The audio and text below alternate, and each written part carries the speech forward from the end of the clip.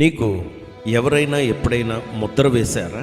నా చిన్నప్పుడు మా నాన్నమ్మ గారు నన్ను పూర్ణ మార్కెట్ దగ్గర, ఆమెకు చిన్న ఆఫీస్ ఉండేది, ఆ గవర్నమెంట్ ఆఫీస్కి వెళ్తున్నప్పుడు నన్ను అప్పుడప్పుడు తీసుకువెళ్తుండేది. నేను ఆ మెట్ల మీద కూర్చుని పూర్ణ మార్కెట్ ఆ రోడ్డు దగ్గర ఇటు అటు చూస్తుండేవాడిని.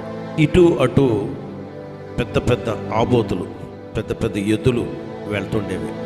మా నాన్నమ్మని అడిగేవాడిని, నాన్నమ్మ ఎందుకు ఈ ఎద్దులు ఇలా వెళ్తున్నాయంటే, అది దాని ఓనర్స్ ఎవరూ లేరు, విడిచిపెట్టేశారు, అందుకే భోజనం లేక ఎక్కడికైనా తిరుగుతుంటాయి అలాగా అని చెప్పారు. అయితే మరి వీపు మీద ఏంటి ఆ ముద్ర అని అడిగాను నేను. ఎందుకంటే ఒక ముద్ర వేసి ఉండేది, అది ఒక ఇనప ఒక సైన్ లాంటిది తీసి అది వేడి చేసి వీపు మీద ముద్ర వేసేవారు. ఇది మున్సిపల్ ప్రాపర్టీ అని, అంటే మున్సిపాలిటీకి సంబంధించినటువంటి ఇది ఆస్తి అని దాని మీద వేసేవారు. ఈ మున్సిపల్ ప్రాపర్టీ భోజనాలు ఎక్కడ పడితే అక్కడ, ఏ కాయగూరలు పడితే ఆ కాయగూరలు లాగేసుకుని తినేయటమే అంతే. ఒక ఇల్లు వాకిలి ఏమీ లేదు. మన గతం అంతా అలాగే ఉండేది. ఒక గమ్యం లేదు, ఒక క్రమము లేదు. ఎప్పుడు పడితే అప్పుడు తినటం, ఎప్పుడు పడితే అప్పుడు తాగటం, ఏది పడితే ఆ రకంగా ప్రవర్తించటం. అంతేకాదు అక్రమమైనటువంటి జీవితం, అక్రమమైన మాటలు, అక్రమమైన ప్రవర్తన. అయితే ఏ రోజైతే మనము యేసు ప్రభుల వారిని మనము రక్షకుడిగా అంగీకరించుకున్నామో, మనిషి కుమారుడు మనకి నిత్య జీవమునకై మనకి అక్షయమైనటువంటి భోజనమును పెట్టారు. ఈ అక్షయమైనటువంటి భోజనము మనకి నిత్య జీవాన్ని ఇస్తుంది. అందుకే ఆయన మీద, అనగా మనిషి కుమారుడు అంటే యేసు ప్రభుల వారి మీద తండ్రి అయిన దేవుడు ఒక Mudra వేశారట. The seal of approval అని ఇంగ్లీష్లో అన్నారు. ద సీల్ ఆఫ్ అప్రూవల్ అంటే ఆమోద ముద్ర ఆయన మీద తండ్రి అయిన దేవుడు ముద్రించారు. ఆ ముద్ర ప్రేమతో వేశారు, కానీ ఇనప ముక్క వేడి చేసి శాశ్వతంగా చర్మం మీద కాల్చలేదు. ప్రేమతో కనిపిస్తున్నటువంటి ఆ ఆమోద ముద్ర, ఇది నేను ముద్ర వేశాను అని అక్కడ there is a seal of approval on the son of God అని యోహాను సువార్త 6వ అధ్యాయము 27వ వచనంలో రాయబడిన మాట. దేవుని బిడ్డ, నీ మీద ఏ రకమైనటువంటి ముద్ర ఉంది? Is it a seal of approval అంటే ఆమోద ముద్ర? ఆ ఆమోద ముద్ర వేయించుకుంటేనే మన పరలోక రాజ్యంలోకి వెళ్తాం.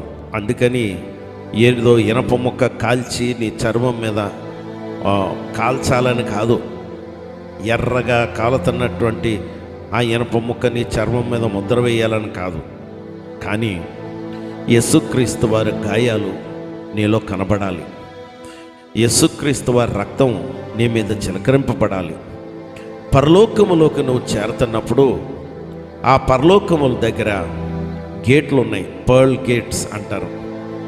పర్లీ గేట్స్ అంటే ముత్యముతో తయారు చేయబడినటువంటి ద్వారములు ఉన్నవి. అక్కడ దేవదూతలు ఉంటారు అని రాయబడ్డది.